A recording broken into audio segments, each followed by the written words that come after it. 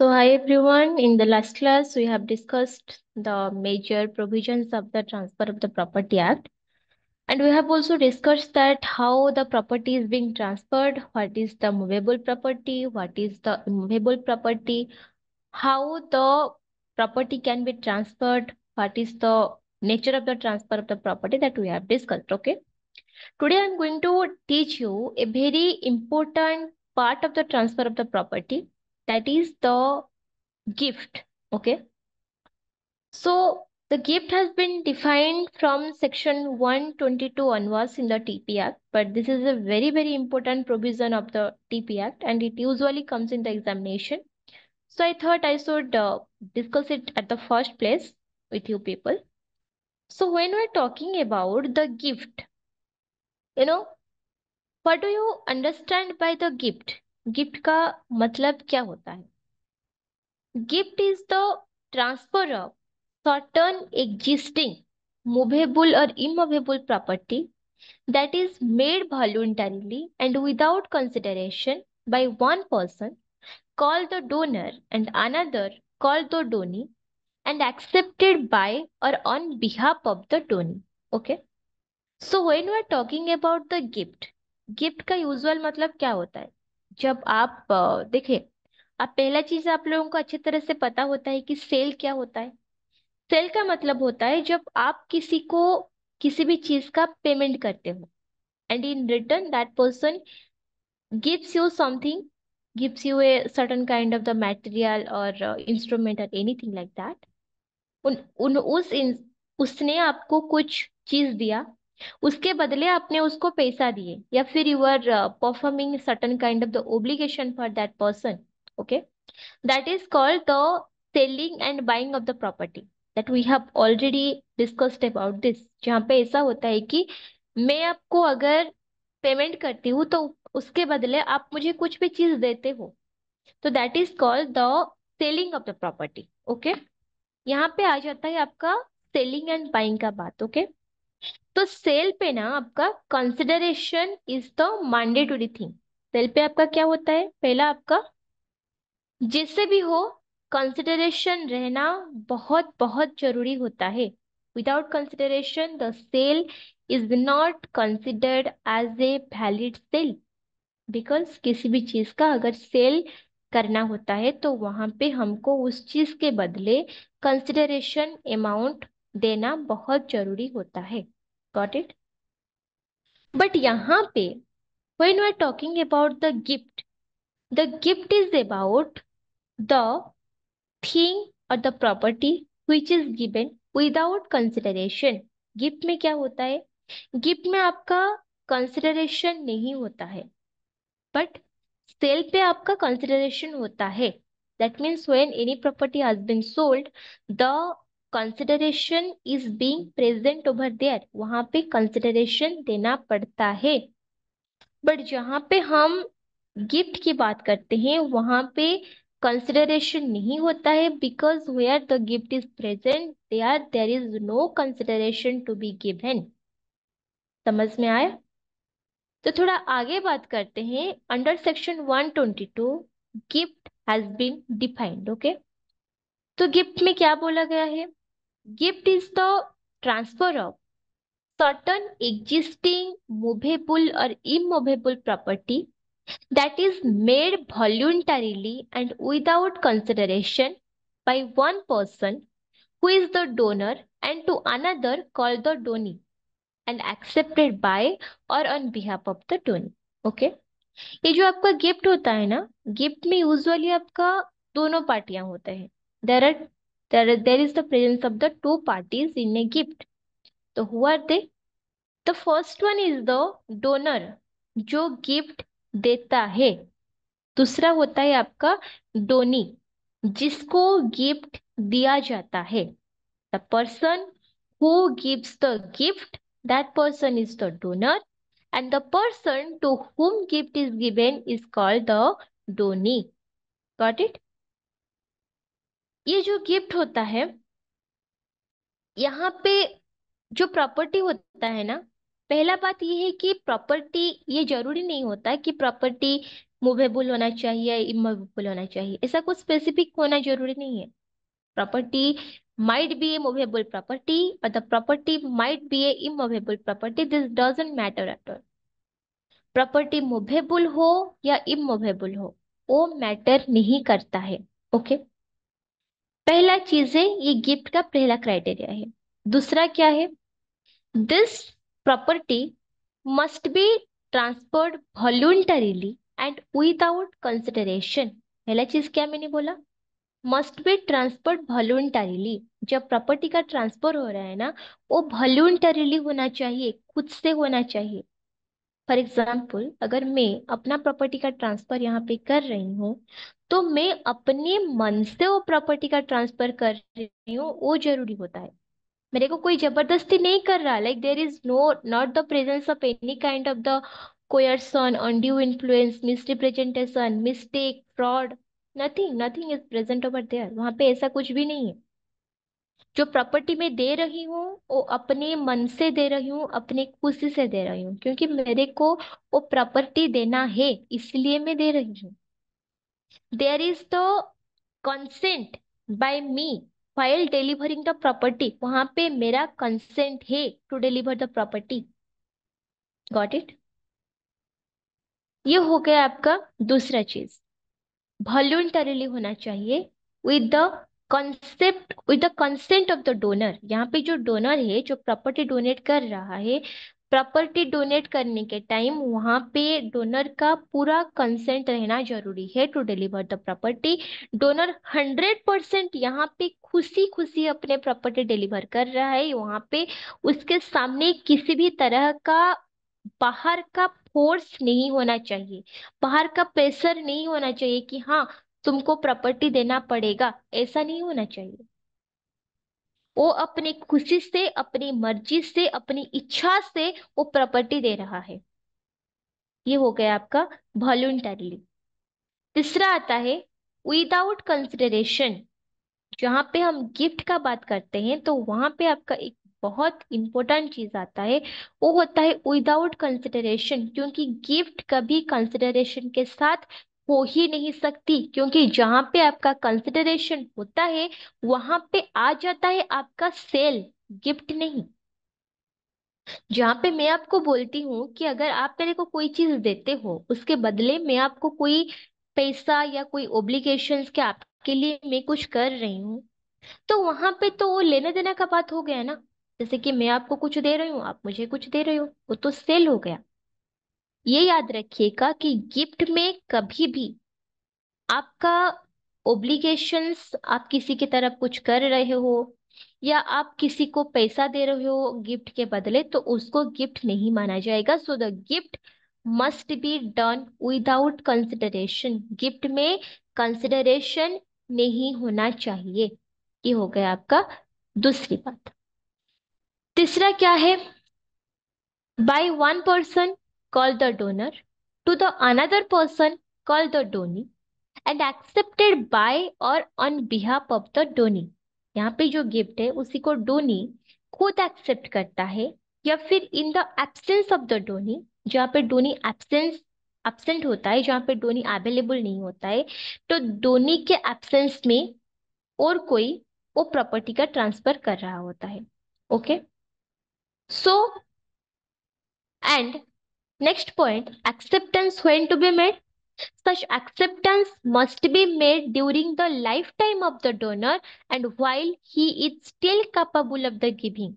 Donor जो है उसका, वो जब तक जिंदा है, during the life time of the donor, वो गिफ्ट का ट्रांसफर हो जाना जरूरी है। दूसरा, जब डोनर वो चीज दे रहा है, जब डोनर वो चीज ट्रांसफर कर रहा है, that time he must be capable of giving that. उसको देने के लिए तभी उसका कैपेबिलिटी भी रहना जरूरी है। ऐसा नहीं है कि वो कैपेबल नहीं है और दे रहा है, नहीं। तभी वो गिफ्ट देने के लिए उसका कैपेबिलिटी भी रहना बहुत जरूरी होता है। If the donee dies before the acceptance the gift is void।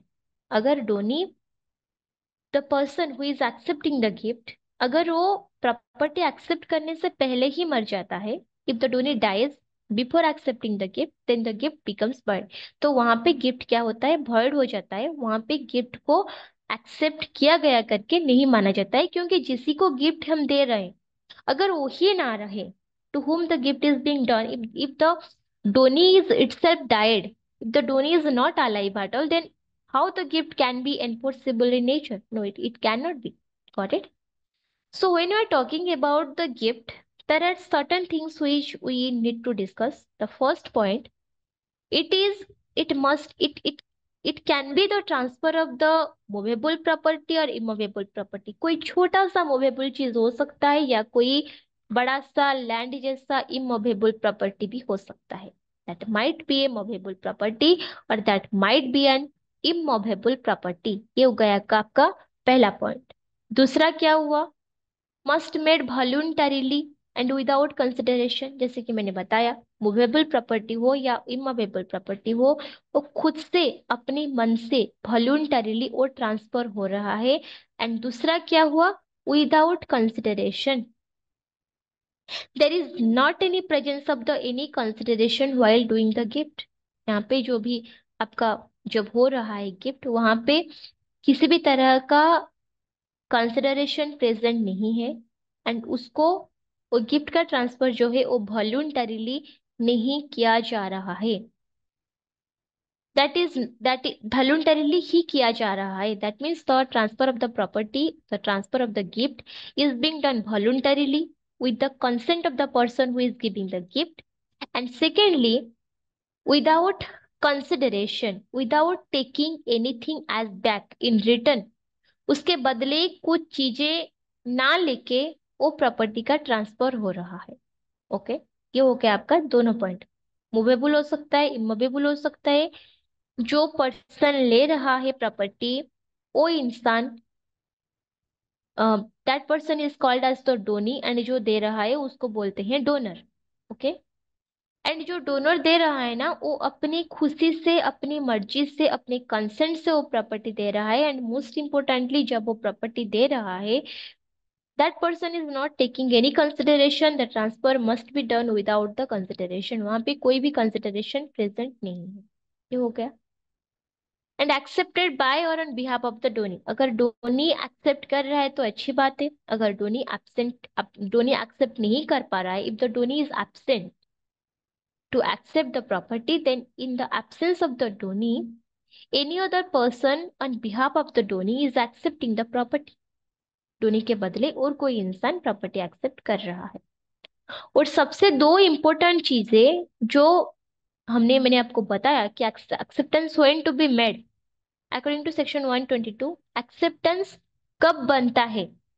जब डोनर कोई चीज दे रहा है ना, तो पहला बात तो ये है कि उसी के पास उस चीज का ओनरशिप रहना बहुत जरूरी है. अगर मैं आपको, ये मेरे पास एक कप है, मैंने आपको ये जो कप है ना, मैंने आपको ये गिफ्ट के तरह से दे रही हूँ. ओके.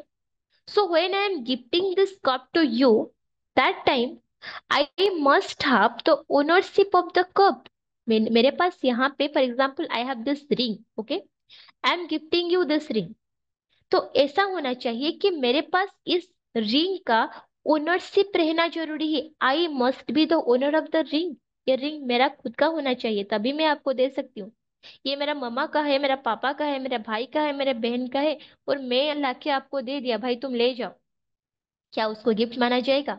नहीं. क्योंकि जो चीज मैं आपको दे रही हूँ ना, उस पे मेरा खुद का हक नहीं है. I am not the owner of the property. जब मैं वो प्रॉपर्टी का ओनर ही नहीं हूं, तब मैं उस चीज जब आपको दे देती हूँ, तब उसी को वैलिड कैसे माना जाएगा? समझ में आ रहा है? तो एंड दूसरा चीज, मैं आपको दे रही हूँ एज द गिफ्ट, तो मेरा भी तो जिंदा होना जरूरी है ना. ड्यूरिंग माई लाइफ टाइम, जब तक मैं जिंदा हूँ, मेरे जिंदा होने का टाइम पीरियड में मैंने ये ट्रांसफर कर लिया, तभी जाके गिफ्ट को वैलिड माना जाएगा.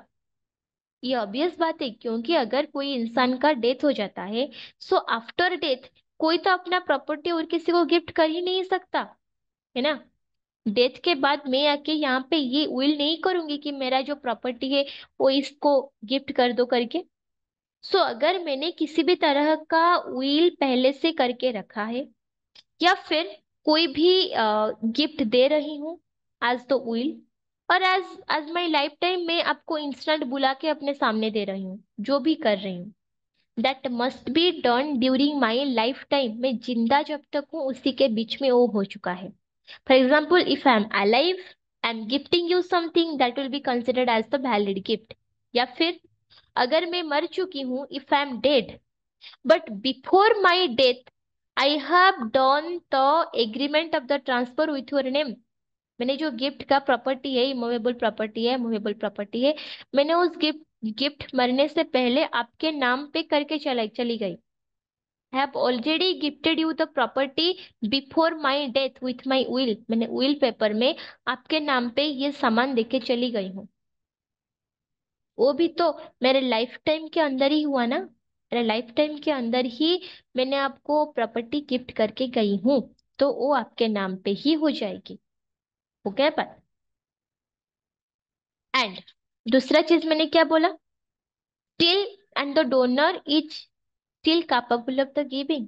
यहाँ पे जो डोनर है, पहली बात है उसी के ऊपर जो प्रॉपर्टी वो दे रहा है उसी में उसका ओनरशिप रहना जरूरी है, और he must be capable of giving that property, उस प्रॉपर्टी को देने के लिए उसका कैपेबिलिटी रहना जरूरी है। और दूसरा हमने जैसे डिस्कस किया, वो अपने लाइफ टाइम के बीच में जब तक वो जिंदा है उसी लाइफ टाइम के ड्यूरेशन में उसने उसी प्रॉपर्टी का ट्रांसफर कर लिया है। तो ये हो गया आपका दोनों कंडीशन। एंड मैंने और एक चीज बताया कि जो कि डिस्कस हो चुका है सेक्शन 122 में, अगर गिफ्ट को एक्सेप्ट करने से पहले डोनी, यानी जो person who is accepting the gift, अगर उसका डेथ हो जाता है, if the donee dies before accepting the gift, so is the gift is considered as the valid gift? The answer is no. मैंने अपना जमीन जो है वो आपको गिफ्ट कर दिया, मैंने बोला कि भाई चलो ये जमीन आपका नाम है, आप इस जमीन का जो ओनरशिप है वो एंजॉय कर लो, है ना। मैंने आपको यहाँ पे मेरा जमीन एज गिफ्ट दे दिया, है ना।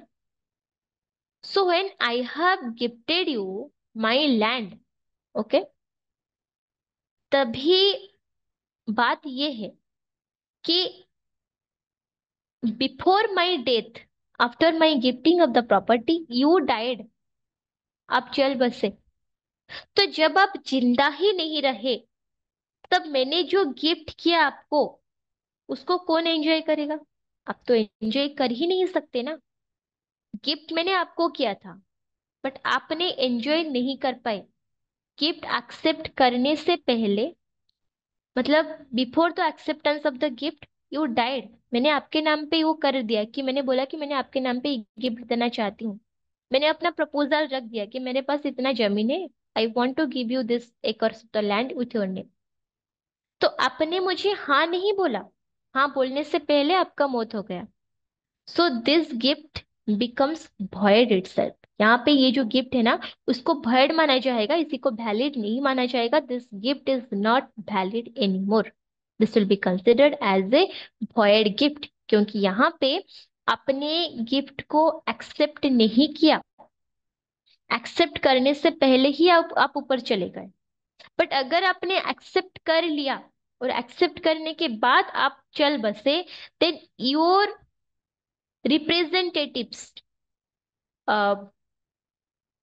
योर रिप्रेजेंटेटिव्स जैसे कि आपका बेटा बेटी माँ बाप, आपका फैमिली हो गया, they are still capable to enjoy the gift. Yes, उन लोगों गिफ्ट को एंजॉय कर सकते हैं, है ना।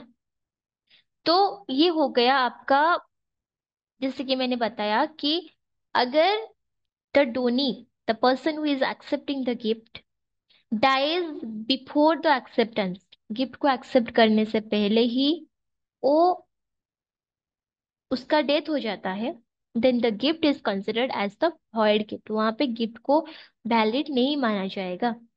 बट अगर गिफ्ट को एक्सेप्ट करने के बाद उसका मौत हो जाता है, the person dies after the accepting the gift, तो गिफ्ट उसी का ही हो गया। तो उसी के बाद उसका जो फैमिली मेंबर्स होते हैं, उसका जो रिप्रेजेंटेटिव्स होते हैं, they are capable to enjoy the gift. जैसे कि आपने मुझे गिफ्ट किया, मैंने मैंने गिफ्ट को एक्सेप्ट करने से पहले मेरा डेथ हो गई, तो आफ्टर माई डे, तो यहाँ पे गिफ्ट क्या हो गया, भॉइड हो गया, क्योंकि यहाँ पे गिफ्ट एक्सेप्ट हुआ ही नहीं। बट अगर मैं गिफ्ट एक्सेप्ट कर लिया, उसके कुछ दिन के बाद आई डाइड, तो तभी तो वो जो गिफ्ट का प्रॉपर्टी है वो किसका हो चुका है, मेरा ऑलरेडी हो चुका है ना। I am already the owner of the property. तो मेरा फैमिली को मेरा प्रॉपर्टी से जितना बेनिफिट मिलना चाहिए उतना मिलेगा।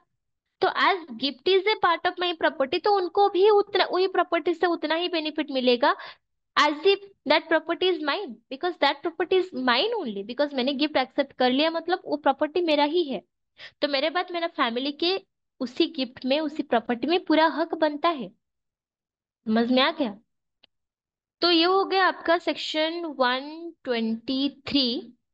नेक्स्ट हम बात करेंगे सेक्शन 122। नेक्स्ट हम बात करेंगे section 123। Okay. Okay. So next आपका आता है सेक्शन 124, जो थोड़ी देर बाद हम डिस्कस करेंगे। Actually I am not getting the section particularly. या या section 124, it speaks about gift of existing and future property. That means a gift comprising both existing and future property is void as to the latter. What does it mean? When a gift is comprising or including the existing and the future property, that is void as to the latter, उस तरह का gift को हम क्या मानते हैं, void मानते हैं। तो इसको थोड़ा सा आपको अच्छी तरह से समझा देती हूँ। तो आपने मुझे पूछेंगे कि यहाँ पे आपने जो बोला कि existing future property is void as to the latter. Okay, so what does it mean, कि यहाँ पे जो ऐसा जो बोला जाता है कि एग्जिस्टिंग फ्यूचर प्रॉपर्टी, इसका क्या मतलब है। जैसे कि मैं अगर अपना कोई प्रॉपर्टी जो कि फ्यूचर में मेरे को मिल सकता है, मिलने का प्रोबेबिलिटी है, उसको मैं आपके नाम पे ट्रांसफर कर रही हूँ एज गिफ्ट, तो in that case those kind of the gifts is void in nature। जैसे कि आपको एग्जांपल दे रही हूँ।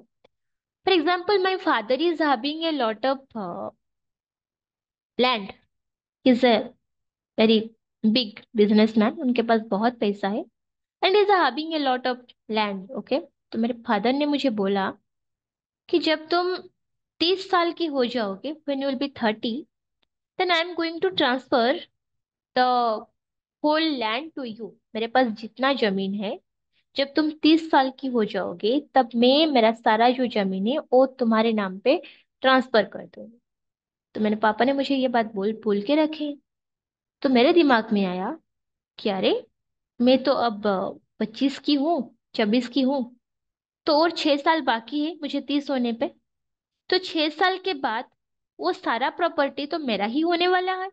आई am the single child of my parents, माँ बाप का मैं इकलौता हूँ बेटी। तो मेरा जितना भी है, मेरा बाप का जितना भी जमीन है, तो मेरे नाम पे ही आने वाला है ना।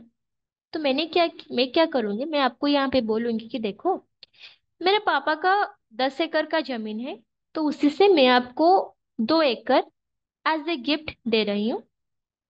ये जो कर्नर का 2 एकड़ है वो मैंने आपको गिफ्ट कर रही हूँ। So is this gift will be called as a valid gift? Answer is की नो। बिकॉज मैंने पहले से आपको ये बताया था कि जब हम कोई गिफ्ट की बात कर रहे हैं ना, तो पहले आपका आता है पहला क्वेश्चन ओनरशिप का। गिफ्ट का ओनर कौन है? यहाँ पे जो गिफ्ट हो रहा है ना, उसका मालकिन कौन है, उसका मालिक कौन है? मैं हूं? नहीं, मैं नहीं हूं।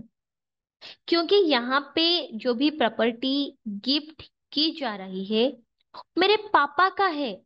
My father is the owner of the property, not me. यहाँ पे उस गिफ्ट के ऊपर मेरा कोई भी हक नहीं है। हक है तो मेरा पापा का हक है, मेरा नहीं है। वो गिफ्ट, वो जमीन, वो लैंड, वो immovable property, that belongs to my father at this point of time. मेरा फादर ने मुझसे ये वादा किया है कि जब मैं 30 साल की हो जाऊंगी, अभी मैं 26 की हूँ, व्हेन आई विल बी 30, जब मुझे 30 साल हो जाएगी, तब भी जाके वो प्रॉपर्टी मेरे नाम होगी। वो भी मेरा पापा का कमिटमेंट है टू मी।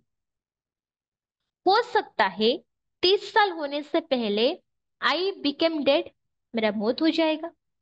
हो सकता है 30 साल होने से पहले मेरा पापा का किसी भी तरह का फाइनेंशियल प्रॉब्लम आ जाएगा, तभी उनको वो सारा जो प्रॉपर्टी है, जमीन है, उसको बेचना पड़ेगा। हो सकता है और किसी भी तरह का दिक्कत होगी जिसके वजह से वो प्रॉपर्टी मुझे मिलेगा ही नहीं, है ना। अगले 6 साल में क्या होने वाला है, क्या वो मैं अब बता सकती हूँ? नहीं बता सकती हूँ। जब इंसान का जिंदगी का खुद का पता नहीं होता है, अगर मैं आज जिंदा हूँ, कल मैं जिंदा रहूंगी नहीं रहूंगी वो बात मुझे नहीं पता, तो 6 साल के बाद, 5 साल के बाद कोई प्रॉपर्टी मुझे मिलेगा, क्या उसका गारंटी मैं दे सकती हूँ? Even if the property is being promised कि हाँ ये प्रॉपर्टी आपका ही होने वाला है, मैं इस चीज को लेकर श्योर हूँ कि हाँ प्रॉपर्टी मेरा ही होने वाला है, बट फिर भी जब तक वो प्रॉपर्टी मेरे नाम पे नहीं आ जाती, तब तक क्या उस प्रॉपर्टी को मैं अपना प्रॉपर्टी, खुद का प्रॉपर्टी बोल सकती हूँ? क्या मैं ये बोल सकती हूँ कि I am the owner of the property? The answer is no, I can not tell so. Because यहाँ पे प्रॉपर्टी का ओनरशिप तब तक मेरे हाथ पे नहीं आएगा जब तक on the pen and the paper with the written things the property has not been transfer to my name. Pen and paper से विद द ऑफिशियल प्रूफ, जब तक प्रॉपर्टी मेरे नाम पे ट्रांसफर नहीं हो जाता, तब तक मैं अपने आप को प्रॉपर्टी का ओनर नहीं बता सकती। My father is the real owner of the property. अगर मेरे फादर आपको वो जमीन गिफ्ट कर रहे हैं तो वो बात अलग है, because he is the owner, वो एक शोभा देता है। बट यहाँ पे क्या हो रहा है ना, I am not the owner of the property, I am the future owner of the property, जिसकी का प्रोबेबिलिटी है। हो सकता है कि आगे जाके उस प्रॉपर्टी का जो भी रिस्पॉन्सिबिलिटी है वो मेरे हाथ में आने वाला है। ये इसका प्रोबेबिलिटी है 50-50, हो भी सकता है। और इन सर्टन सर्कमस्टेंसेस अगर मेरा पापा बैंकरप्ट बन जाते हैं तो वो सारा जमीन बेचा जाएगा। अगर मैं ही प्रॉपर्टी रिसीव करने से पहले, 30 साल से पहले मेरा मौत हो जाता है, तो सो व्हाट आई टोल्ड, सो जब तक प्रॉपर्टी मेरे नाम पे नहीं है, तब तक I am not the real owner of the property. तो फ्यूचर ओनरशिप को लेके या फ्यूचर प्रॉपर्टी को लेके अगर मैं किसी भी तरह का गिफ्ट कर रही हूं, then that will be considered as the void gift. समझ में आया? A gift comprising both existing and future property is void as to the latter। जो प्रॉपर्टी एग्जिस्टिंग है, जैसे कि अभी मैंने बताया जमीन का बात, इमूवेबल प्रॉपर्टी है, वो एग्जिस्टिंग है, मेरे पापा का जमीन है, बट वो मेरे नाम पे अभी नहीं किया गया है, वो आगे जाके कभी मेरे नाम पे होगा, ऐसा मेरे पापा ने मुझे बोला है। And now I am not the owner of the property, now I am not the owner of that itself. तो वहां पे जब मैं खुद उस प्रॉपर्टी का ओनर नहीं हूं, तो क्या मैं उस प्रॉपर्टी को आपके नाम पे ट्रांसफर कर सकती हूँ कि 6 साल के बाद जब वो प्रॉपर्टी मेरे नाम पे आएगा तो मैं अभी से आपको ट्रांसफर कर रही हूँ कि वहां से 2 एकड़ जमीन आपके नाम पे मैंने कर दिया? ऐसा नहीं हो सकता है। जो कि हमने पहले से पढ़ चुके हैं, यहाँ पे प्रॉपर्टी ट्रांसफर में ओनरशिप आपका बहुत मायने रखता है। Ownership is the very very important factor over here. जहां पे आपका 100% ओनरशिप नहीं है, वहां पे आप प्रॉपर्टी ट्रांसफर वैलिडली नहीं कर सकते, and that will not be considered as a valid transfer. Clear? Next आपका आता है gift to several of whom one does not accept. What does it mean? A gift of a thing to two or more donors of whom one does not accept it is void as to the interest which he would have taken had he accepted। Okay,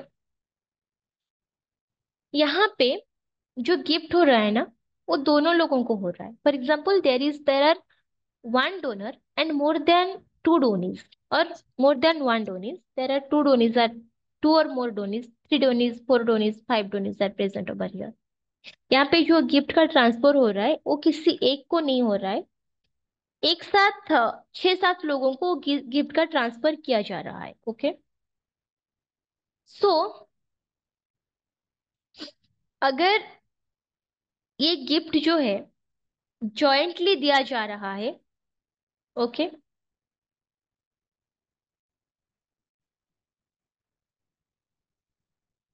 okay, सो अगर ये gift jointly दिया जा रहा है, then the person who is not accepting the gift, उसके लिए ये भॉइड हो जाएगा।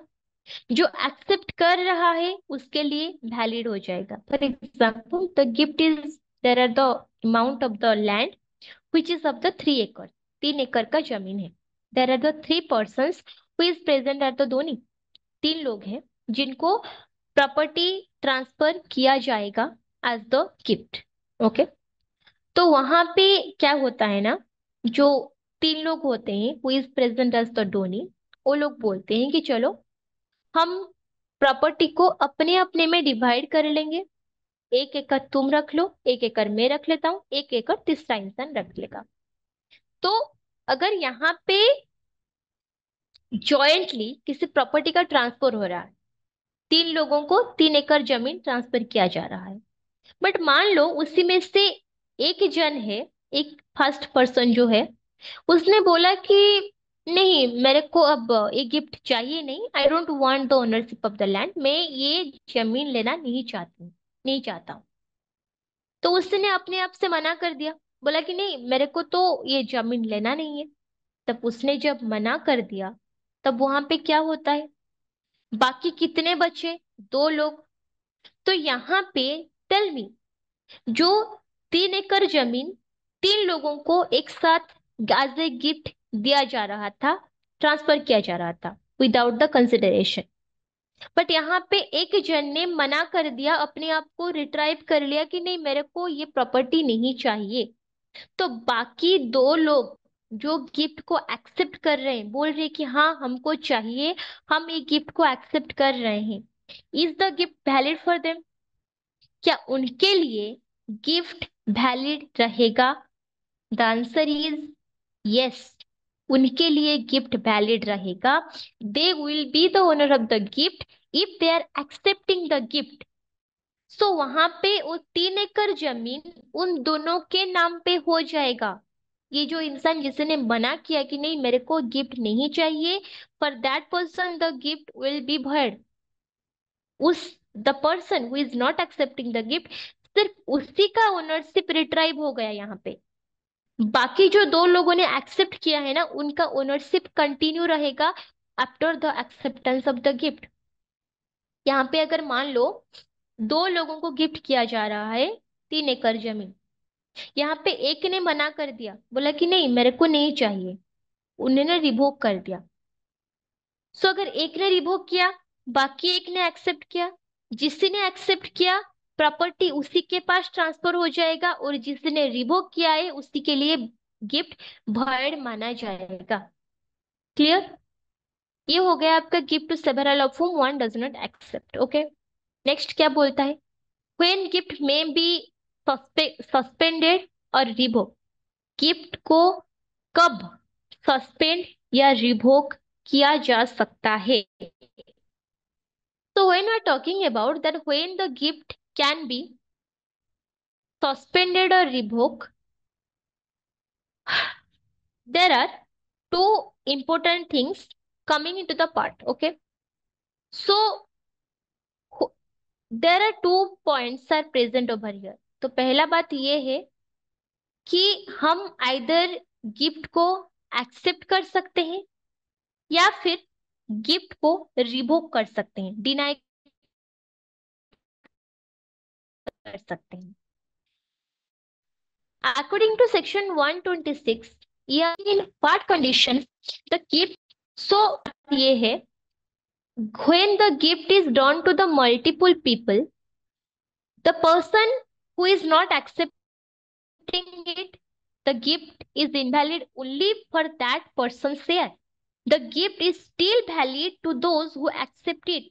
The person who is accepting the gift, उसके लिए गिफ्ट क्या वैलिडिटी कंटिन्यू रहेगा, and the person who is denying the gift, उसी के लिए गिफ्ट क्या बन जाएगा, इनवैलिड बन जाएगा। ये हो गया आपका पहला चीज जो कि हमने डिस्कस कर चुके हैं। ओके, दूसरा आपका आता है section 126, which speaks about when the gift can be suspended or the revoked।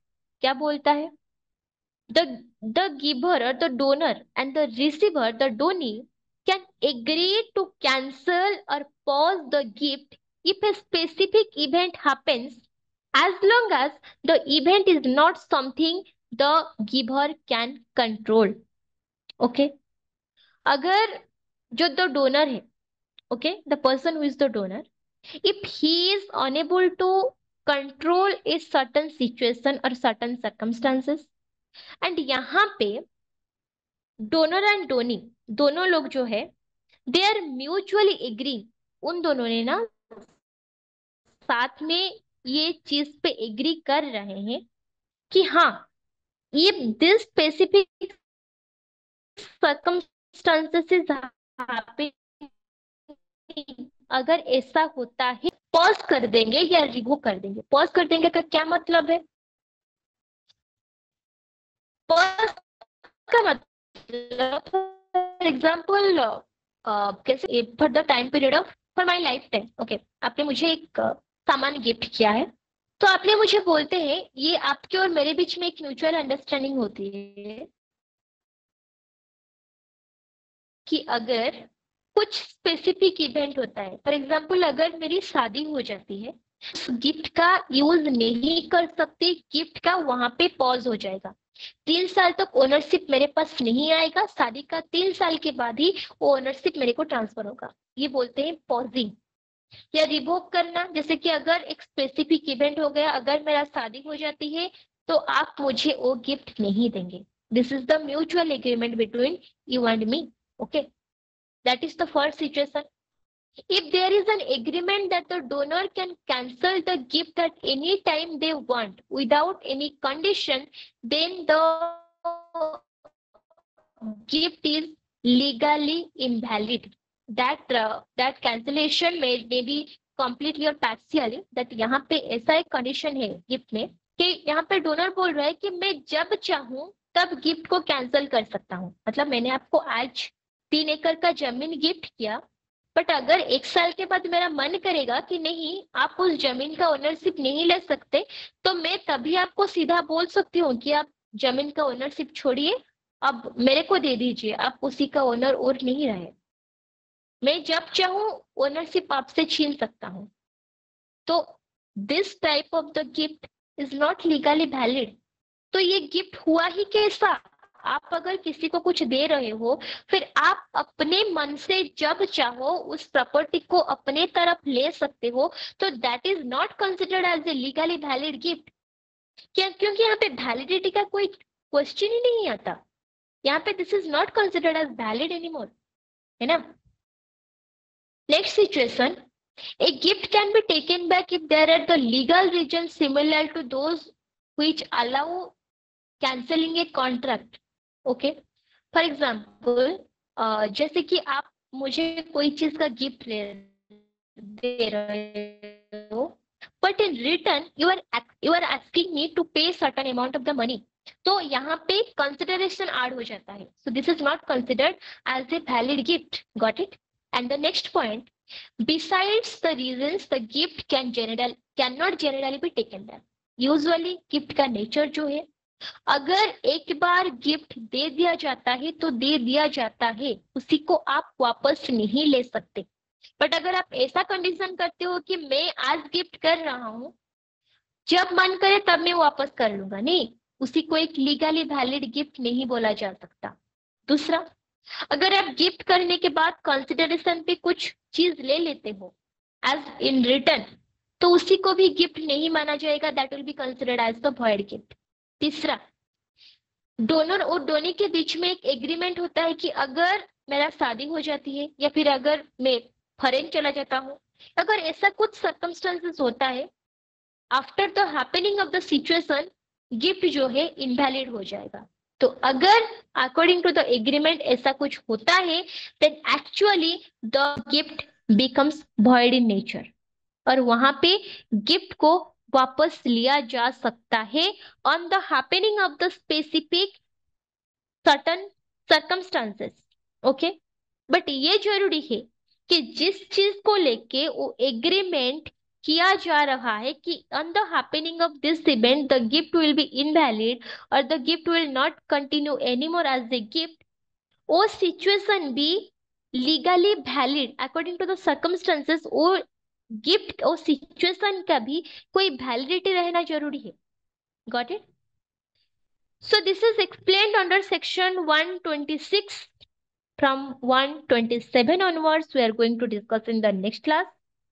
This is all for today's class, guys. Wrapping the class over here. Thank you. Bye bye.